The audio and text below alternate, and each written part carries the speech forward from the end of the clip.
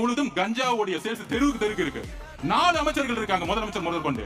அதுல முதலமைச்சர் review meeting போட்டு சொல்றாரு, இல்ல மத்திய அரசு ஒன்றிய அரசு பிஜேபியோட துணை வேணும்.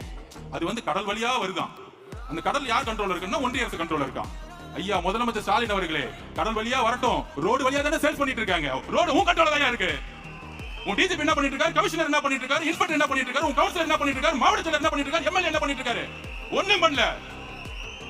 கேட்டா வந்து ஒரு மீட்டிங் போட்டு கஞ்சா சேல்ஸ் இல்லன்னு இங்க இருக்க மாசு சொல்லிட்டு இருக்காரு. இதுக்கு ஒரு அமைச்சர், அதுல வேற வந்து ஹெல்த் டிபார்ட்மெண்ட். எதுக்கு நீங்க வந்து ஹெல்த் டிபார்ட்மெண்ட் வச்சிருக்கீங்க? கஞ்சாவே தமிழ்நாட்டுல இல்லையா? வாயில தான் வந்து இதுக்கு மேல பேசுறீங்க. நான் சொல்லிட்டேன், இன்னும் வாயில கெட்டவர்த்த மட்டும் எனக்கு வரல. என்ன ஒரு அநியாயம்! 15 வயசு பையன் 16 வயசு பையன் கஞ்சாவை ஸ்கூல்ல வந்து சேல்ஸ் பண்ணி சாப்பிட்டு இருக்காங்க. ஒவ்வொரு தாயும் மரண வாக்குறுதியில் ஒவ்வொரு நாள் நின்று இருக்காங்க. 60,000 கோடி ரூபாய் நீங்க சேல்ஸ் இன்க்ரீஸ் பண்ணிட்டீங்க. 160 ரூபாய் 30 நாள் குடிச்சா 4,500 5,000 ரூபாய் புடிங்கிட்டு இருக்கீங்க. டாஸ்மாக் மூலமா 1000 ரூபாய் கொடுத்துட்டு 5,000 ரூபாய் புடுங்கிறத தமிழக பெண்களுடைய பாதுகாப்பா? நான் கேட்கிறேன்.